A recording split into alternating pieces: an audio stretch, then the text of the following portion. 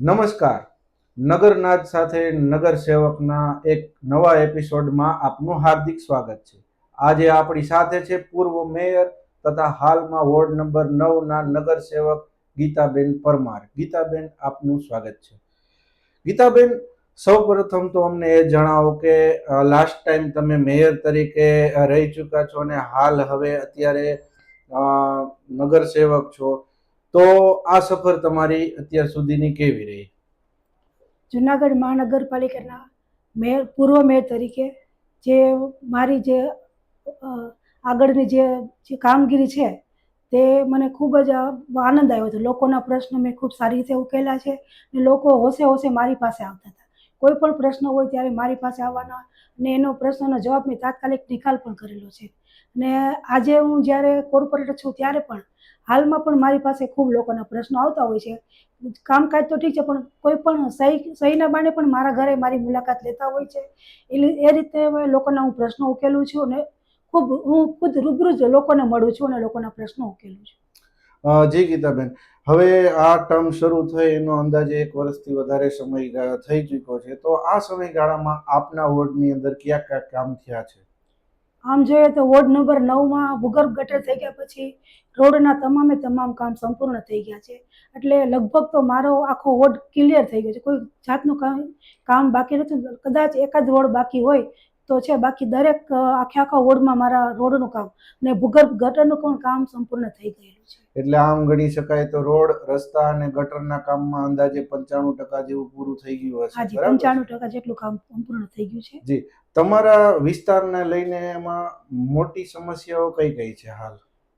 વધુમાં તો લાઇટ ને ગટરની સમસ્યા હોય, પરંતુ ભૂગર્ભ આવ્યા પછી આ પણ સમસ્યા થોડીક ઓછી થઈ ગઈ છે.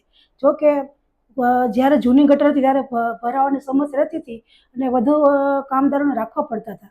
પરંતુ જ્યારથી ભૂગર્ભ ગટર થઈ છે અત્યારે તો જેટિંગ મશીન પણ આવી ગયા છે અને જેટિંગ મશીન દ્વારા જ્યાં પણ ભરાવો થયો છે તાત્કાલિક આ મશીન દ્વારા ગટરનું પણ તાત્કાલિક નિકાલ થઈ જાય છે.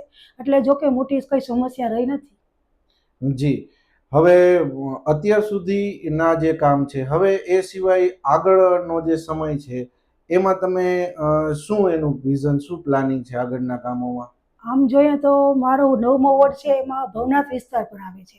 એટલે કે જુનાગઢના જે નવું નજરાણું કહેવાય ને, એમાં એક ભવનાથ વિસ્તારમાં એક જે તળાવ પણ બની રહ્યું છે, જે વાઘેશ્વરી તળાવ. હા, તે પણ જો તૈયાર થઈ ગયું છે. એટલે જુનાગઢમાં જે નરસિંહ મહેતા સરોવરને એક નવું નજરાણું મળ્યું છે, એવું જ નવું નજરાણું જે વોર્ડ નંબર 9માં બની રહ્યું છે. તો તે પણ લોકોને હમણાં ટૂંક સમયમાં જ મળવાનું છે. અને એ પ્રોજેક્ટ છે એ અંદાજે કેટલા સમય પછી પબ્લિક માટે ખુલ્લો મુકાશે? અંદાજે લગભગ 3 થી 4 મહિનામાં કમ્પ્લીટ જ થઈ ગયું. 3 થી 4 મહિનામાં લોકો સમક્ષ ખુલ્લું મૂકવામાં આવશે. એટલે એવી આશા રાખી છે કે દિવાળીમાં જુનાગઢને એક નવા તળાવની નવી ભેટ મળે. ખૂબ સરસ. હવે તમારો જે વિસ્તાર છે એની જે મૂળભૂત સુવિધાઓની વાત કરીએ, રોડ, રસ્તા, પાણી, ગટર, સફાઈ, તો એની અંદર સફાઈની કેવી પરિસ્થિતિ છે? સફાઈ પણ આમ જોઈએ તો મારો સ્લમ વિસ્તાર જ છે અને હું પોતે પણ સફાઈ કામદાર સાથે જ રહું છું. એટલે આમ જોઈએ તો સફાઈની તો એકદમ મારો વોર્ડ ક્લિયર હોય છે. એવી કોઈ જાતની ફરિયાદ આવતી નથી. કચરાવાળા પણ ટાઈમ ટુ ટાઈમ લેવા આવે છે ને સફાઈ પણ ટાઈમ ટુ ટાઈમ થાય. જ્યાં ન થઈ હોય તો મને દર સોમવારે મારા એસઆઈનો ફોન આવે છે, બેન આપણા વોર્ડમાં ક્યાંય કામ છે, તો હું તાત્કાલિક, મારે પાસે લખેલું જ હોય, કામ હોય તો હું તમને કહું છું કે હા ભાઈ, આપણા વોર્ડમાં આ જગ્યાએ માણસો અત્યારે તમે મોકલો. બાકી ન હોય તો ના પાડે છે કે નહીં, આપણો વોર્ડમાં કંઈ કામ છે નહીં. એટલે એસઆઈ પણ અમારા ખૂબ સારા છે. મારા સફાઈ કામદારો પણ ખૂબ મહેનત કરે. અમારો વોર્ડ એકદમ ક્લિયર છે અને એવું કોઈ ફરિયાદ નથી આવતી જોઈએ તો. એટલે આમ જોઈએ તો તમારા વિસ્તારમાં સફાઈ કામદારો પૂરતી સંખ્યામાં પૂરતા છે? હાજી, સફાઈ કામદારો. જે આજે હાલ જોઈએ તો ચોમાસું અને વરસાદનો માહોલ છે, રોગચાળાની સિઝન કહી શકાય એ પ્રકારનું છે, તો હાલમાં સફાઈ અંગે કઈ કઈ તકેદારી લેવાય છે? અત્યારે ચોમાસાની સિઝન છે તો ચોખ્ખાઈ રાખી અને DDTનો છંટકાવ થાય છે અને જ્યાં પાણી ભરાણ આવે છે ત્યાં પણ DDTનો છંટકાવ કરે. અત્યારે જોઈએ તો અર્બનમાંથી પણ ડૉક્ટરની ટીમ આવે છે અને આખા જ વિસ્તારમાં જઈ અને મુલાકાત, પહેલાં મારી મુલાકાત લે છે, ફરી અમારા સમાજની, અમારા વાસની, અમારા અલગ અલગ એરિયાની મુલાકાત લેવા જાય છે. પરંતુ પહેલાં મારા ઘરે આવી અને મને કહે છે, બેન ક્યાંય પણ અમારી જરૂર હોય, ક્યાંય દવા છંટકાવ કરવાનો હોય કે આ તાવ કે એવું કંઈ મચ્છર મેલેરિયા ન થાય એના માટે અમે પૂરી તકેદારીથી અમારા આખા વોર્ડમાં ફરે છે અને અમારા વોર્ડમાં આવી કોઈ જાતની કંઈ સમસ્યા પણ રહેતી નથી. જી, હવે આપણે વાત કરીએ જનસંપર્કની. તો તમારા વિસ્તારના લોકો હોય એને તમારા સુધી પહોંચવું હોય તો એના માટે શું તમે રસ્તો આપ્યો છે લોકોને? મારા ઘરે આવવા માટે દરેક લોકોને મારું ઘર ખુલ્લું જ હોય છે. તેમ છતાં પણ રાત્રે પણ જરૂર પડે છે તો ફોન દ્વારા એ લોકો અમને ગમે ત્યારે ફોન કરે તો ફોન દ્વારા અમે એમને જવાબ આપીએ છીએ. અને એમને રૂબરૂ મળવા માટે પણ મારી ઘરે આવી શકે છે. બંને રીતે એ લોકો મળી શકે છે. અને તમને મોટા ભાગે કયા પ્રકારની ફરિયાદ વધારે આવતી હોય છે? આમ જોઈએ તો કઈ ફરિયાદ નથી, પણ ક્યાંક લાઇટ બંધ થઈ ગઈ હોય છે કે ક્યાંક પાણીનો ડંકીનો હેન્ડપંપ બંધ થઈ ગયો એવી ફરિયાદ છે, બાકી બીજી કોઈ ફરિયાદ હોતી નથી. બીજી કોઈ આવતી નથી. હવે ગયા ટર્મમાં તમે મેયર હતા, સિટીના જોઈએ તો પ્રથમ નાગરિક, અને અત્યારે તમે એક નગર સેવક છો. તો હવે તમને લોકોની અપેક્ષા, તમે જ્યારે મેયર બન્યા હોય ત્યારે તમારા પ્રત્યે બહુ વધી ગઈ હોય, તો હવે એ જ અપેક્ષા લોકોની તમારી પાસે હોય છે, તો એ અંગેનું પ્રેશર આવે ખરું તમારે? નહીં, આમ જોઈએ તો એ મને તો કામ કરવાની મજા આવી છે. મેયર હતી ત્યારે પણ લોકોના કામ કરવાની મજા આવી હતી ને અત્યારે પણ આમ જોઈએ તો અમારી ચોથી ટર્મ છે, લોકોએ ખૂબ અમારા પર વિશ્વાસ મૂકી અને અમે ચૂંટાતા આવીએ છીએ. એટલે લોકોને ખૂબ અમારા પર વિશ્વાસ છે અને કંઈ પણ કામ હોય ત્યારે લોકો અમને રૂબરૂ મળી શકે છે અને મને પણ લોકોનું કામ કરવાની ખૂબ મજા આવે છે. જી, અને તમે ઓલરેડી આ સિટીના મેયર રહી ચૂક્યા છો, તો તમે જુનાગઢનું નેતૃત્વ કરી ચૂક્યા છો.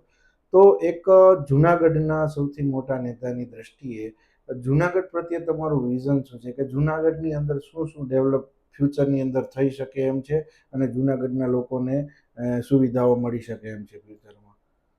આમ તો જોઈએ તો ઘણું જુનાગઢને ડેવલપ કરવાની જરૂર છે, કારણ કે યાત્રાધામ વિકાસ બોર્ડ તરફ આપણું જુનાગઢ જે યાત્રાધામ વિકાસ બોર્ડ ભવનાથ કહેવાય રહ્યું એમાં પણ ખૂબ અત્યારે તમે જોઈ રહ્યા કે ભવનાથનો વિકાસ ખૂબ સારો થઈ રહ્યો છે. એવી જ રીતે જુનાગઢમાં પણ ખૂબ સારો તળાવ બની ગયું છે. હજી પણ જે નાના મોટા રમતગમતના જે બાળકો માટેના અને જે બગીચા અને જે ઘણું બનવાનું લાયક છે તે પણ આવનારા વર્ષોમાં જે બને તો ખૂબ બાળકોને પણ ખૂબ સુવિધા મળે અને આજનું બાળક છે એ કાલનો નાગરિક છે, તો એમના માટે આજથી ભવિષ્યમાં જો સારું થઈ શકે તો એ ઘણું કરવાની જરૂર છે. અને હાલમાં અમારી જે સરકાર છે તે ખૂબ પ્રયત્નો કરી અને અમારા જુનાગઢને વિકાસના કામો કરી રહી છે. હજી સુધી ખૂબ આગળ વધવાનું છે અને આપણે સાથે મળીને જુનાગઢનો વિકાસ, અમે લોકો બેઠા છીએ, સરકાર અમારી બેઠી છે, તો આપણને પ્રયત્ન કરી અને એમને સાથ આપી અને આપણે જુનાગઢને આગળ વધારવાનું છે. તો અમે પણ અમારા કોર્પોરેટર અમે બધા સાથે મળી અને જુનાગઢનો વિકાસ કેમ થાય, અમે દરેક વખતે અમારી એક મિટિંગ કરતા હોઈએ છીએ અને ક્યાં કોની સમસ્યા હોય છે એ આપણે કોર્પોરેટર દ્વારા જ ઉકેલવાની હોય છે.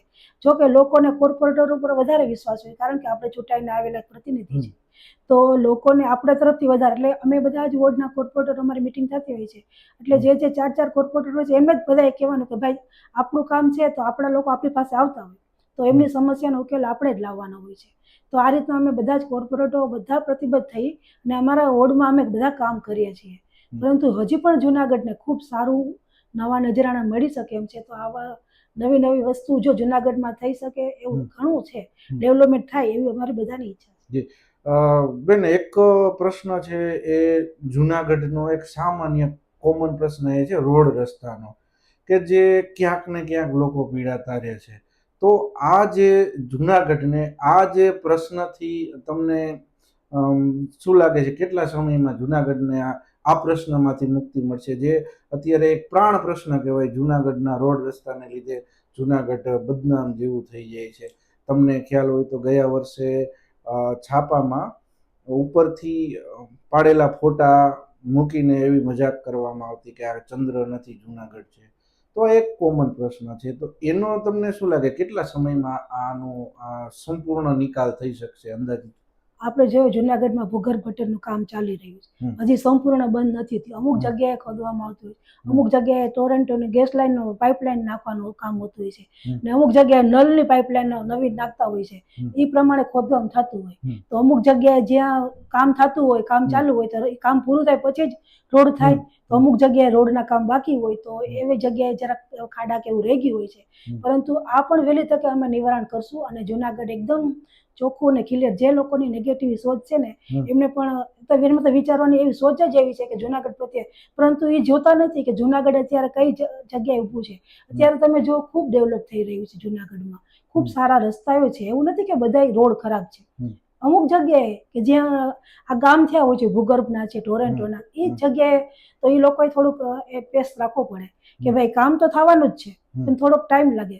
પરંતુ હવે તો ટૂંક સમયમાં, અત્યારે તો ચોમાસું છે છતાં પણ કામ થાય છે. એટલે વહેલી તકે આખું જુનાગઢ સરસ થઈ જશે. જી, આપણે આશા રાખીએ કે આપે કહ્યું એમ કે વહેલી તકે જુનાગઢ આખું તમારા વોર્ડની જેમ સરસ થઈ જાય અને આખા જુનાગઢના રોડ રસ્તાના કામ થઈ જાય.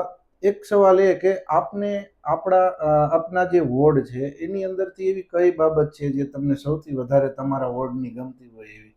એવી કઈ બાબત છે જે તમારા વોર્ડની બાબત હોય ને તમને બહુ ગમતી હોય? મારા વોર્ડમાં એક ભવનાથ વિસ્તાર છે, તે મને ખૂબ ગમે છે. કારણ કે ત્યાં દર શનિ અને રવિવારે માણસોનો મેળો, લોકો ખૂબ હરખથી ત્યાં ભેગા થાય છે. ત્યાં ભવનાથ મહાદેવ છે, જેમ કે સ્વયંભૂ ભવનાથ, એટલે ત્યાં લોકો ખૂબ, અત્યારે જોઈએ તો આજે પર્યટક તરીકે લોકો ખૂબ આવે છે ત્યાં. એટલે ભવનાથ એક મને એમ થાય કે મારો વોર્ડ ખૂબ ભાગ્યશાળી છે. જુનાગઢનું સ્વર્ગ તમારા વોર્ડમાં આવ્યું છે. અંબાજીના બેસણા છે, દત્ત ભગવાનના બેસણા છે, એટલે વોર્ડ નંબર 9 ખૂબ ભાગ્યશાળી છે કે તેમાં એક જે ભવનાથ વિસ્તાર આવેલો છે, પવિત્ર સ્થળ છે. અને બીજું કે હમણાં ટૂંક સમયમાં જ્યારે વાઘેશ્વરી તળાવ થઈ જશે, તે પણ ખૂબ આનંદની વાત છે. એટલે એ મને ખૂબ આનંદ થાય છે. જી, ગીતાબેન, છેલ્લો સવાલ કે અમારા માધ્યમથી જુનાગઢની જનતા છે એને આપનો શું સંદેશ છે? હાજી, જુનાગઢ જનતા, મારા ભાઈઓ અને બહેનોને હું એટલો જ સંદેશ આપી કે રોડ રસ્તા તો ગૌણ વાત છે, એ તો અમારે કરવાના જ છે અને કરે જ છે. અમારા લોકો પાર્ટી દ્વારા કામ બધું થાય જ છે અને કોર્પોરેટર પણ સતત હાજર રહીને દરેક રોડ રસ્તા કરે જ છે. તો તમારી સમસ્યા એ જ અમારી સમસ્યા છે. એટલે કોઈ પણ, અમે પણ સમસ્યાથી ભાગતા નથી, માથે રહી અને બધું કરાવીએ છીએ. અને હાલમાં જે જુનાગઢની જે પરિસ્થિતિ કહો ને કે થોડી ખરાબ, પરંતુ હવે પછી જે બધું થઈ જશે કમ્પ્લીટ, જે કામ ભૂગર્ભ ગટર છે, ટોરેન્ટોનું છે, કે જે પાણીની લાઈનનું જે પણ કમ્પ્લીટ કામ થઈ જશે, એટલે જુનાગઢમાં કોઈ જાતની સમસ્યા રહેવાની નથી. જી, આશા રાખીએ કે આપે જેમ કહ્યું એમ ટૂંક જ સમયમાં જુનાગઢની બધી સમસ્યાનો હલ થઈ જાય અને જુનાગઢ એક સુંદર શહેર, એક સુંદર વિકસિત શહેર તરીકે ઉભરી આવે. વેલ, આપ અમારી સાથે જોડાયા, વાતચીત કરી, એ બદલ આપનો ખૂબ ખૂબ આભાર.